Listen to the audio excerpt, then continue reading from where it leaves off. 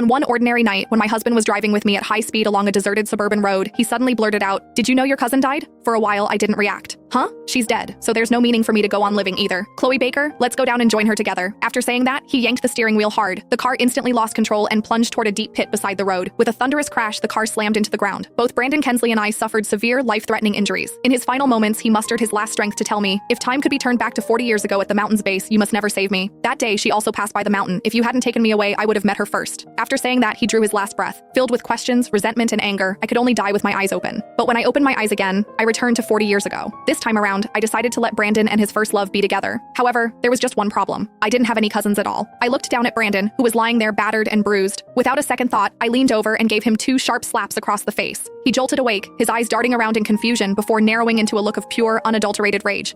"Get away from me! Don't you dare touch me! Stay the hell away!" I froze for a second, then a cold laugh escaped my lips. Ah, I see. He's back from the dead too. In my previous life, I did everything for this ungrateful jerk. I spent every cent of my tuition money to save him and begged every doctor in the county for help. I stayed by his bedside day and night, and he once gripped my hand, promising the world, "Chloe, I swear, I'll never marry anyone else. I'll never betray you." And how did that turn out? He did become a high-ranking official, and I gave him 3 sons, but in the end, he hated me so much he wanted to take me to the grave with him. Fine. If he wants a savior, he can find someone else. I stood up and slipped behind a large tree without looking back. I wanted to see for myself who this dream girl was. The one he'd been obsessed with for 40 years. A few moments later, our neighbor Taylor walked by, swinging a basket and acting like she didn't have a care in the world. Brandon, who had been playing dead on the ground, suddenly started thrashing around the moment he saw her. "Miss, please, help me. I'll make it worth your while." Taylor stopped, her face twisted in immediate disgust. Brandon panicked and quickly threw out an offer. "My family has money. If you save me, I'll give you $450. In this poor backwater town, $450 was a small fortune. Taylor's eyes lit up instantly. "All right, you've got a deal." As I watched her easily hoist Brandon onto her back, I felt nothing but mockery. In my last life, I nearly threw my back out trying to carry him home. Now, finally, someone else could deal with that mess. With the truth out in the open, I could finally go home in peace.